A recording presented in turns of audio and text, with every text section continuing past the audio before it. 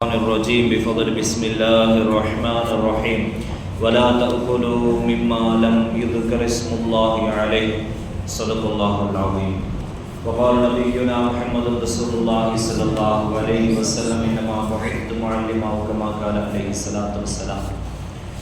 கண்ணியத்திற்குரிய அல்லாஹ்வின் நல்லடியார்களே, அல்லாஹ் குர்ஆனிலே பேசுவான், வலா தஅகுலு மிம்மா லம் யுذكر اسم الله عليه, அல்லாஹ்வின் பெயர் சொல்லாமல் அறுக்கப்படும் எதையும் சாப்பிட வேண்டாம் என்று அல்லாஹ் குர்ஆனிலே பேசுவான். அல்லாஹ்வின் பெயர் சொல்லப்படாமல் அறுக்கப்படுவது என்றால் ஹலாலானதை தவிர ஹராமான எதையுமே உங்களின் உடலிலே நீங்கள் எந்த சூழலிலும் நீங்கள் செலுத்திவிடக்கூடாது என்று அல்லாஹு தஆலா குர்ஆனிலே தெளிவாகவே பேசி காட்டுவான். நாயகம் ஸல்லல்லாஹு அலைஹி வஸல்லம் அவர்கள் இந்த சமூகத்திற்கான இபாதத்துகளை பற்றி பேசிய பெரும்பாலான சமயங்களிலே சமூகத்திற்கான இபாதத்துகள் அங்கீகரிக்கப்படுவதற்கு நபி அவர்கள் சொல்லித்தந்த மிக முக்கியமான ஒன்று, உடலில் ஹராம் கலக்காமல் பார்ப்பதை கண்மணி நாயகம் ஸல்லல்லாஹு அலைஹி வஸல்லம் அவர்கள் மிகப்பெரிய அளவிலே எடுத்து சொல்லி இருக்கிறார்கள். காரணம், தக்குவா என்ற இறையச்சம் ஒருவருக்கு பிறக்க வேண்டும் என்று சொன்னால் அவனிலே மிகப்பெரிய அளவிலே ஹலால் ஹராமின் பேணுதல் கூடுதலாக இருக்க வேண்டும் என்று இமாம்கள் தெளிவாகவே பேசி காட்டுகிறார்கள். எந்த அளவிற்கு என்று சொன்னால், ஒரு முறை கண்மணி நாயகம் ஸல்லல்லாஹு அலைஹி வஸல்லம் அவர்களிடத்திலே ஸஅத் இப்னு அபீ வக்காஸ் ரலியல்லாஹு அன்ஹு அவர்கள் வருகிறார்கள். வந்து, யா ரசூலல்லாஹ், உதுல்லாஹ அய்யஜஅலனி முஸ்தஜாபத் தஅவா, அல்லாஹுவால் எப்பொழுது நான் இறைவனிடத்தில் துஆ செய்தாலும் அவனால் துஆ அங்கீகரிக்கப்பட்ட நபராக நான் மாற வேண்டும் என்று எனக்காக நீங்கள் துஆ செய்யுங்கள் நாயகமே யா ரசூலல்லாஹ் என்று ஸஅத் இப்னு அபீ வக்காஸ் ரலியல்லாஹு அன்ஹு அவர்கள் கேட்கிறார்கள்.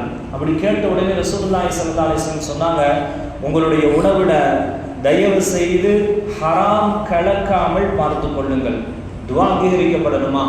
துஆ அங்கீகரிக்கப்பட்ட நபராக நீங்கள் ஆக வேண்டும் என்று சொன்னால் எப்பொழுதும் உங்களின் உணவை நீங்கள் ஹராம் கலக்காமல் பார்த்து கொள்ள வேண்டும். ஒரு கவனம் கூட உங்களுடைய உடலிலே ஹராம் கலந்து விட்டால் 40 நாட்களின் இபாதத்துகள் வீணாகிவிடும் என்பதாக முஹம்மது ரசூலுல்லாஹி ஸல்லல்லாஹு அலைஹி வஸல்லம் அவர்கள் சொல்லிவிட்டு இப்படி சொல்லுவார்கள், ஹராமால் வளர்க்கப்படும் உடல் நரகத்திற்கு சொந்தமானது என்பதாக முஹம்மது ரசூலுல்லாஹி ஸல்லல்லாஹு அலைஹி வஸல்லம் அவர்கள் சொல்லி காட்டுகிறார்கள். ஸஅத் இப்னு அபீ வக்காஸ் ரலியல்லாஹு அன்ஹு பற்றி வரலாறு பேசுது. இந்த சம்பவம் நடந்த பிறகு, இந்த விஷயத்தை நபி அவர்களிடத்தில் அவர்கள் கேட்ட பிறகு அவர்களின் வாழ்நாட்களிலே அவர்கள் சாப்பிடும் சூழல்கள் மிக குறைந்து விட்டது என்பதாக இமாம்கள் பேசுகிறார்கள். ஹராமா இருக்குமோ, இது ஹலாலா இருக்காதோ என்ற சிந்தை அவர்களே கூடிவிட்டது. எந்த அளவுக்கு ஆயிட்டார்னா, தன்னுடைய ஆட்டின் பாலை மட்டும்தான் குடிப்பார், தன்னுடைய ஆட்டுடைய பாலை மட்டும்தான் குடிப்பாங்க. அன்றைய சூழலில் அவர்களுக்கு இருந்த உணவு கலாச்சாரங்களின் அடிப்படையில் பார்த்தால் ஆக குறைந்த உணவுகள் தான். சாப்பிடுவதற்கான சூழல்கள் உள்ள இடங்கள் மிக குறைவு. ஹராமெல்லாம் அவ்வளோ சீக்கிரம் கிடக்காது. அவங்க வீட்டில் சாப்பிடுவாங்க, அல்லது நபி அவர்கள் ஒரு விருந்தை ஏற்பாடு செய்தால் அங்கு சாப்பிடுவார்கள். நம்மை போன்று பல இடங்களில் சாப்பிடும் சூழல்கள் அவர்களுக்கு இல்லை. இருந்தாலும் அவர்கள் தன்னுடைய ஆட்டின் பாலை மட்டுமே உணவாக எடுத்தார்கள். அதிலும் ஒரு தடை வந்தது. ஒரு நாள் பக்கத்து வீட்டுக்காருடைய விளைநிலத்தில் ஆடு மேய்ந்து விட்டது.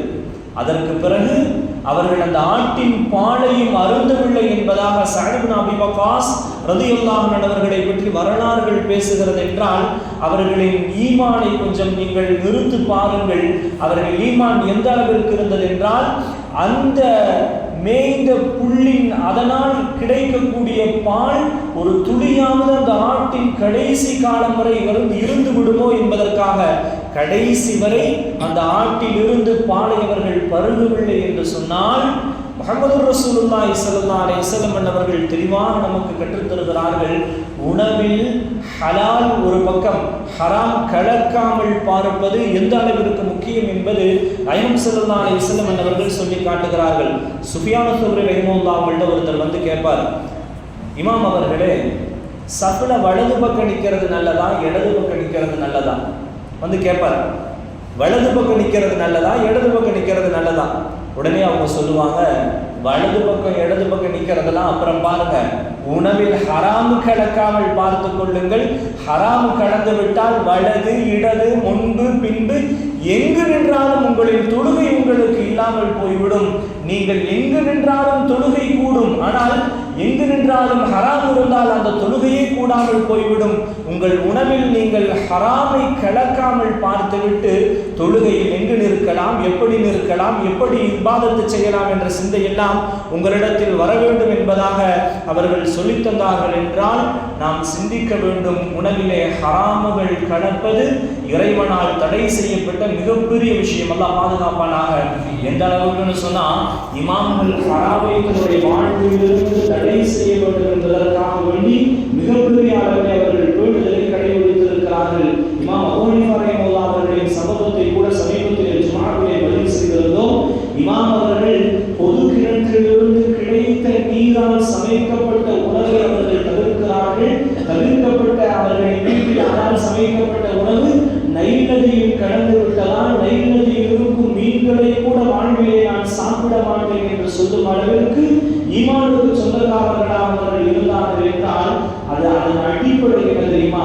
தன் இபாதத்தில் எப்பொழுதும் குறைகள் ஏற்பட்டுக் விடக்கூடாது. 1000 ரக்காத் தொழுகலாம், கோடி கோடியாக நான் நிரப்பமாக ரக்காத்துகளை தொழுகலாம். ஆனால் அந்த தொழுகை இறைவனிடத்தில் அங்கீகரிக்கப்பட வேண்டுமானால் ஹராம் ஹலாலிலே பேணுதல் கொஞ்சம் கூடுதலாக வேண்டும். குறிப்பாக ஹராமுகள் உடலில் கலக்காமல், உணவாக மற்ற ரீதியிலே உடலில் ஹராம் கலக்காமல் பார்த்து கொண்டால்தான் நம்முடைய இபாதத்துகள், நம்முடைய துஆக்கள், நாம் வெளிக்கும் நம்முடைய கண்ணீர்கள், நாம் கேட்கும் துஆக்கள், நாம் செய்யும் சுஜூதுகள், நாம் செய்யும் அத்துணைகளும் இறைவனிடத்தில் இறைவனால் திரும்பி பார்க்கப்படும் இடத்தை பெற்றுத்தரும் என்பதை மனதிலே நாம் பதிவு செய்து வாழ்விலே பேணுதலை சரியாக எடுத்துக் கொண்டால் நிச்சயமாக எல்லாம் வெற்றியாக அமையும் என இமாம்களும் குர்ஆனும் ஹதீஸும் நமக்கு தெளிவாக வழிகாட்டி தருகிறார்கள் என்பது நாம் வாழ்விலே எடுத்து நடக்க வேண்டிய கட்டாயம். அல்லாஹ் தஆலா அதைத்தான் இந்த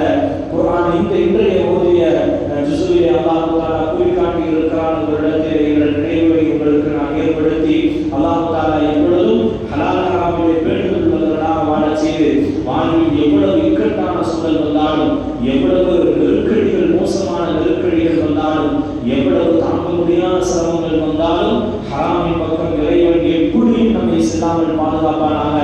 ரஹ்மான் ஹலாலை மட்டுமே கொண்டு போதுமானதாக வாழ்வை நமக்கும் மக்களுக்கும் வாரிசுகளுக்கும் அல்லாஹ்வாசிகளுக்கும் உலக முஃமினீன்களுக்கும் நிரப்பவாக ரஹ்மான் தந்தருள் புரிவானாக.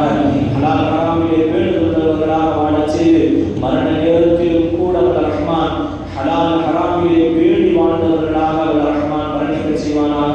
வாஹிரு தஅவானா அல்ஹம்துலில்லாஹி ரப்பில் ஆலமீன். ஆமீன். அல்ஹம்துலில்லாஹி ரப்பில் ஆலமீன். அல்லாஹும்ம ஸல்லி அலா ஸய்யிதினா முஹம்மதின் வ அலா ஆலி ஸய்யிதினா முஹம்மதின் வ பாரிக் வ ஸல்லிம் வ கர்ரிம்